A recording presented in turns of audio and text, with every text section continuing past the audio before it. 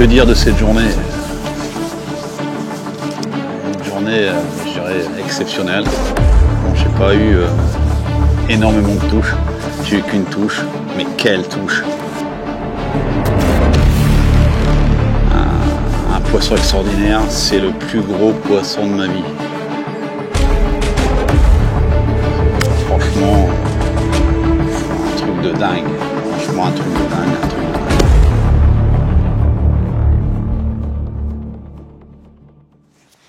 Bonjour à tous, je suis très heureux de vous accueillir dans ce magnifique domaine pour cette nouvelle vidéo. Donc c'est le domaine du Pré de la Lys,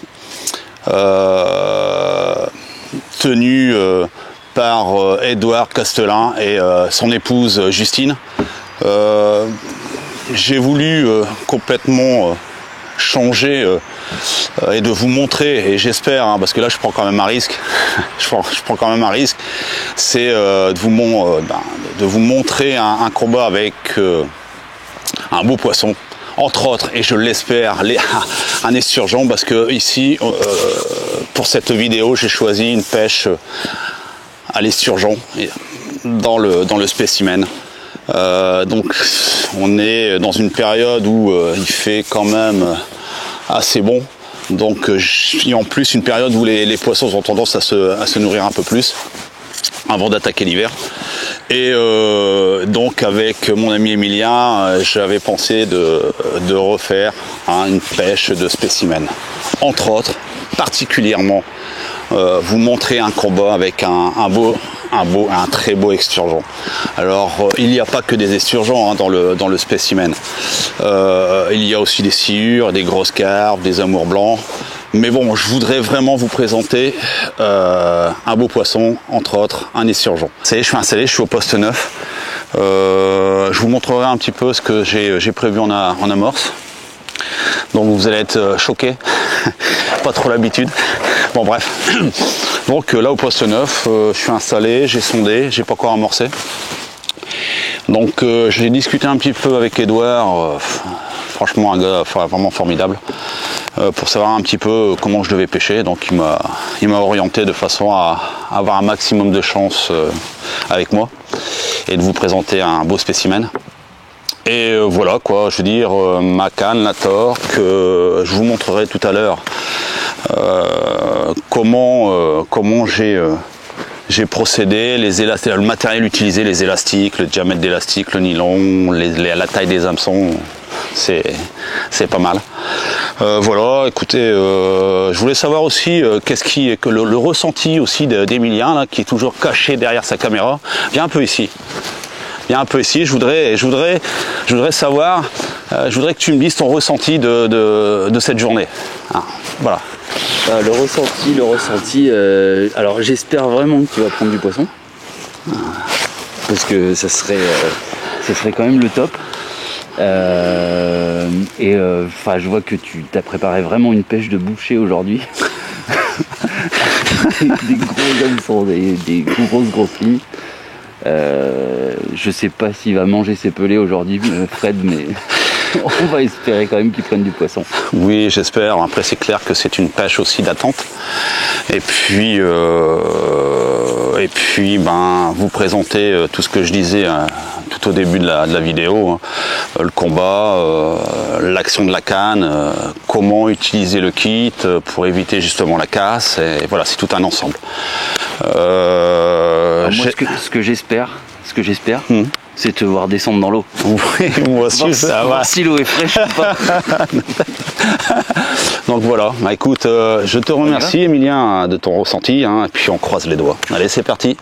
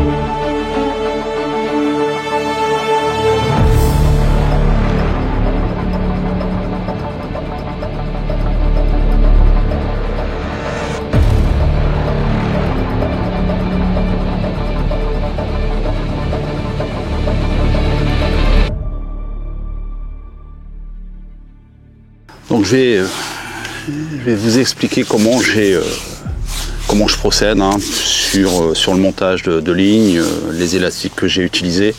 Il y a une petite astuce aussi que je vous montrerai que voilà, c'était dans ma tête et puis je l'ai mis en application. Je dis ça parce que là, je suis un petit peu content dans ma tête parce que là, je crois que j'ai battu. Voilà, vous le verrez dans la vidéo, mais c'est un truc de dingue. Ce qui m'est arrivé, c'est un truc de dingue. Ah, Emilien, bon bref. Donc en fait, la ligne que j'ai utilisée, que j'utilise, donc en fait, c'était du 40 centièmes. Donc je citerai pas de marque. Du 40 centièmes. Parce qu'en fait ici dans le règlement c'est 40 centièmes et puis je crois que c'est hameçon de 6, mais bon moi j'ai utilisé du 8. Donc en hameçon je vous montre, j'ai utilisé des hameçons que je citerai pas de marque hein, à œillet. Je trouve que c'est quand même beaucoup plus fort de fer. Donc bien sûr c'est une ligne directe sur un nylon de 40 centièmes.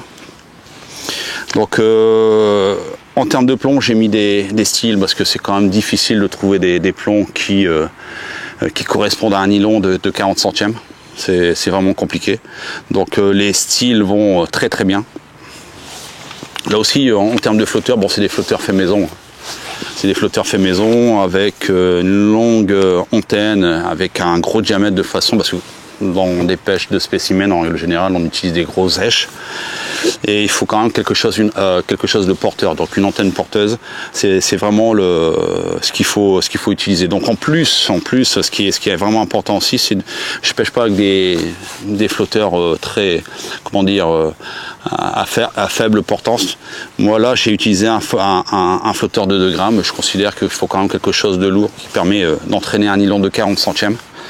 Et puis que ça soit bien stable, parce que si vous mettez des flotteurs très petits, ça risque de dévier et c'est pas forcément bon. En règle générale, il faut quand même avoir une ligne qui soit hyper stable.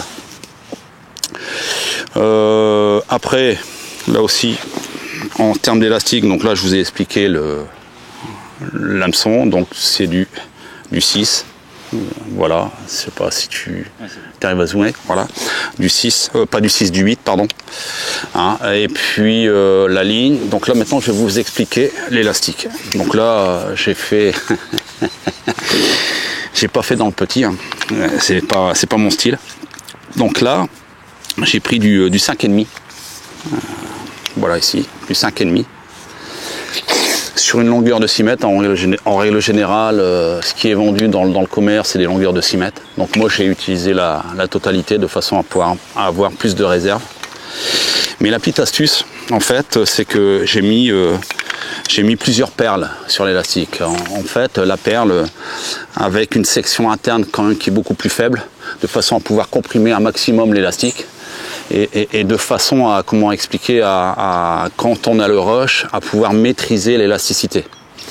Donc pourquoi j'en ai mis plusieurs aussi, c'est de façon, parce que j'ai remarqué que quand on a le rush, quand on met qu'une perle, on a tendance à dérouler. Une fois que l'élastique il est tendu à une certaine tension, on a tendance à dérouler. Donc moi le but c'était d'en mettre plusieurs, de façon à pouvoir freiner justement la première perle. Et puis j'en ai mis une troisième, et puis après bon là j'arrive au bout. De façon c'est comme si que j'appuyais sur une pédale de frein, avec suivant la force que vous allez exercer sur une pédale de frein. Ben, moi dans ma tête c'était ça, j'ai mis 3 perles de façon à pouvoir comprimer de façon linéaire l'élasticité pendant le rush. Donc ça c'était dans ma tête, je l'ai utilisé et ça marche très bien. Donc bien sûr pour trouver des perles comme ça, c'est peut-être qu'aujourd'hui on doit peut-être les vendre dans le commerce, mais moi c'est juste des perles que j'ai trouvées en grande surface. Voilà. C'est pour faire des colliers, tout ça. Ce qui est vraiment important, c'est quand même de trouver le bon diamètre intérieur en fonction de l'élastique que vous allez utiliser. Aussi, c'est un élastique plein. J'ai oublié de préciser, c'est quand même un élastique plein, c'est pas du creux. De façon à pouvoir avoir assez de puissance pour sortir la bête. Ah, franchement, je suis content parce que là, je crois que j'ai fait le poisson de ma vie. Ah, j'ai jamais fait aussi gros et vous le verrez en visionnant la vidéo, c'était vraiment exceptionnel. Voilà. Et puis je remercie aussi ceux qui m'ont aidé, hein, ils se reconnaîtront. Voilà, donc là c'est la ligne que j'ai utilisée, que c'était dans ma tête et qui marche super bien. Tout à l'heure je vous montrerai un petit peu les amorces que j'ai utilisées, ce que j'ai employé. Et puis après je vous montrerai aussi un petit peu ce que je disais en début de la vidéo, ce qu'on peut faire avec la torque. Et aussi quand vous avez un rush, le combat, que ce soit un poisson de 20, 30, 40, 50 kg, voire même plus, ce qui est vraiment important, c'est l'angle d'attaque. Et ça, je vous le montrerai avec le petit tableau, un petit dessin. Voilà, donc là, c'est reparti pour essayer de faire un NS.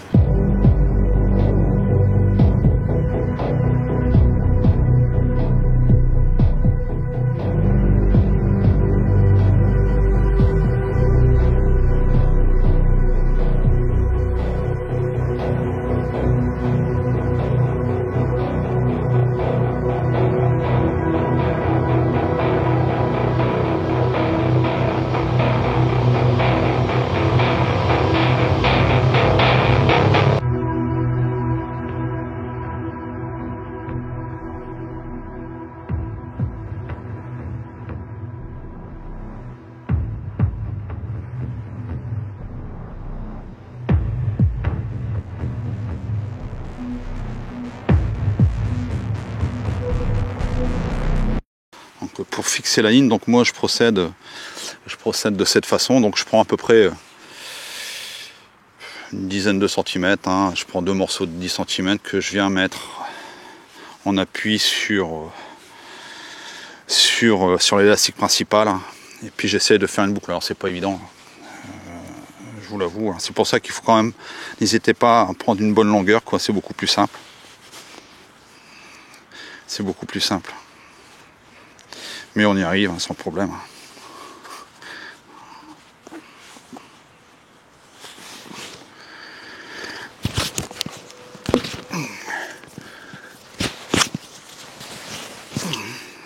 Voilà.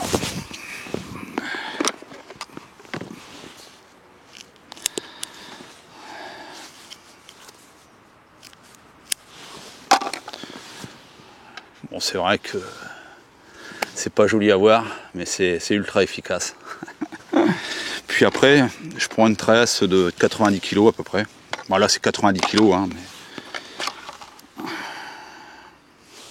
je fais une boucle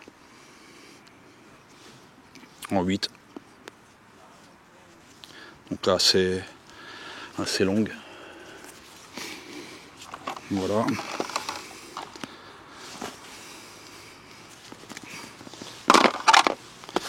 Là, le point important aussi, c'est de couper la tresse à peu près de 5000 du nœud. Voilà. Alors, pourquoi? En fait, après j'utilise un briquet. En fait, je viens comment dire, chauffer la tresse de façon à souder l'ensemble du nœud. Comme ça, moi, je suis sûr que le nœud ne va pas s'ouvrir.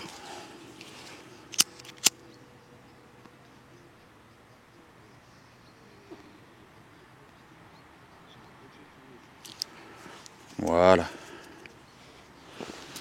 Ainsi, moi je suis sûr que le nœud ne va pas s'ouvrir. Donc à partir de là,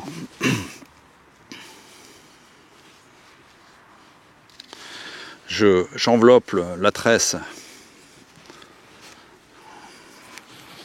autour de l'élastique. Alors aussi un point important, hein, je ne prends pas l'élastique principal, hein.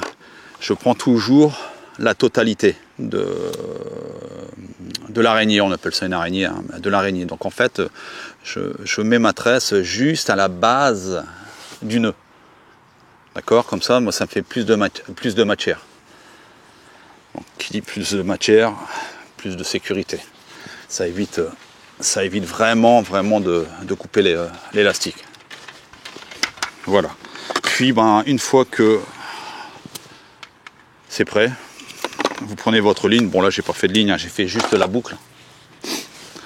Et puis là, vous enveloppez à la base du nœud. Vous voyez, là où il y a la tresse. Et voilà. La ligne, elle est fixée. C'est aussi simple que ça. Au moins, vous êtes sûr que derrière vous n'allez pas solliciter et couper, je dirais, l'élastique lors d'un combat. Ça c'est vraiment important, moi, en tout cas c'est comme ça que je procède. Voilà. Bon ben on va essayer j'ai bien dit essayer de refaire un poisson. En tout cas le poisson que j'ai fait il est juste exceptionnel.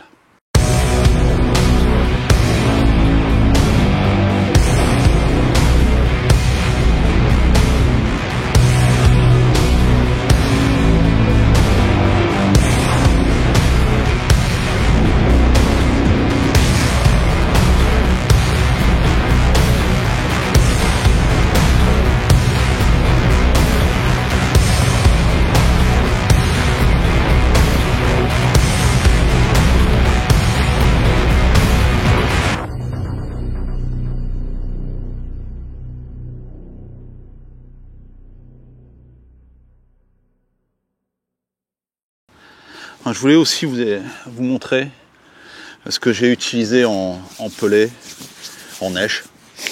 Donc c'est sûr que sur ces pêches là ça sort un petit peu du commun. Donc là j'ai utilisé des billes de 20. Des billes de 20.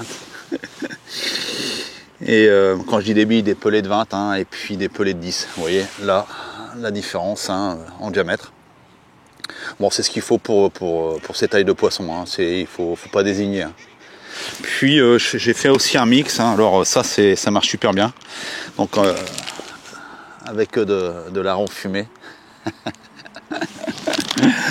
Ça marche super bien. Donc là un petit mixeur hein, manuel. Des morceaux d'aran de fumée à l'intérieur. Des pelets de 3. Des pelets de 3. Voilà.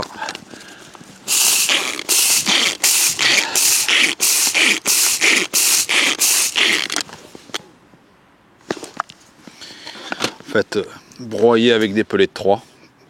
Donc ça fait un mix parfait. Voilà, ça fait un mix parfait.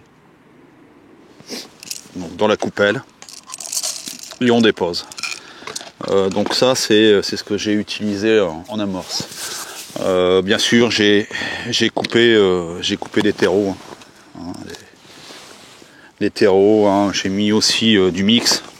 Donc ici, du mix que j'ai utilisé, donc à base de farine de poisson. Voilà que je suis venu incorporer des terreaux dedans, j'ai fait des boules, j'ai déposé. Bon, c'est pas pour autant que j'ai eu plus de touches. Voilà, bon, faut être honnête. Hein, faut être honnête. Alors après, en termes d'èche, hein, pelé sur bague hein, de ce diamètre-là. De 20, j'ai essayé des terreaux, voilà, ce qui m'a permis de prendre le poisson de ma vie, c'est ça, c'est l'aran fumé. Donc là c'est simple, hein. Des morceaux, à peu près de cette taille là, que je suis venu fixer sur l'hameçon. Donc voilà, c'est ce qui m'a permis en fait de prendre le magnifique poisson. Voilà, c'est aussi simple que ça. Alors effectivement, hein, on sort du cadre des pêches de rendement. Où bon, moi j'ai l'habitude d'aller dans les ficheries, carpodromes, où voilà, ça tourne. C'est des pêches je dirais de vitesse. Hein. Et bon là, quand vous faites une pêche de spécimens, il faut penser que il faut être très patient. Voilà. Puis il faut faire tourner les èches et puis faire une prière pour que le flotteur y coule. Magnifique. Un poisson qui doit faire à peu près, les pêcheurs locaux, 2,30 m. 2,30 m pour à peu près 60 kg. Ouais, 60-64. Parce que là il est lourd, hein. Je peux t'assurer qu'il est lourd. Regarde ça le bébé. Cédric. C'est quoi, c'est un diamant ça? C'est quoi? Beluga. Ah, beluga. Beluga de 64 kg. Magnifique, regardez la tête. C'est juste incroyable. Vraiment. Oh le bébé.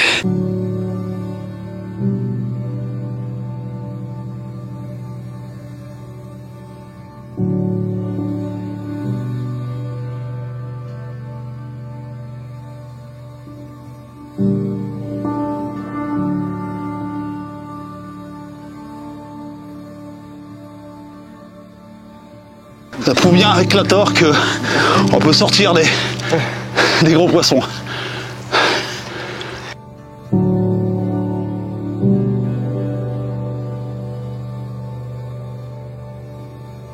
Pour ceux qui avaient des a priori sur la torque, je voulais prouver en direct comme quoi que c'était faisable de faire des très très gros spécimens. Là entre autres un magnifique Nénès de 60 kg. Il est énorme. Je jure il pèse. Il est lourd. Et, là je peux plus. Là c'est bon.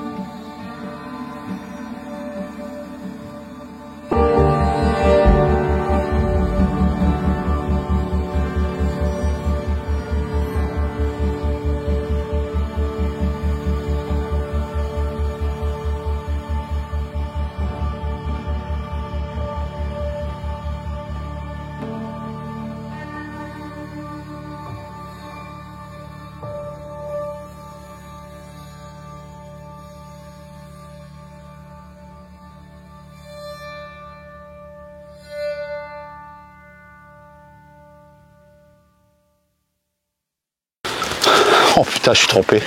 Eh les gars, je suis trompé.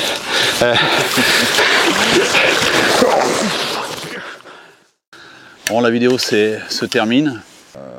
J'espère que vous allez aimer cette vidéo, que vous prendrez du plaisir.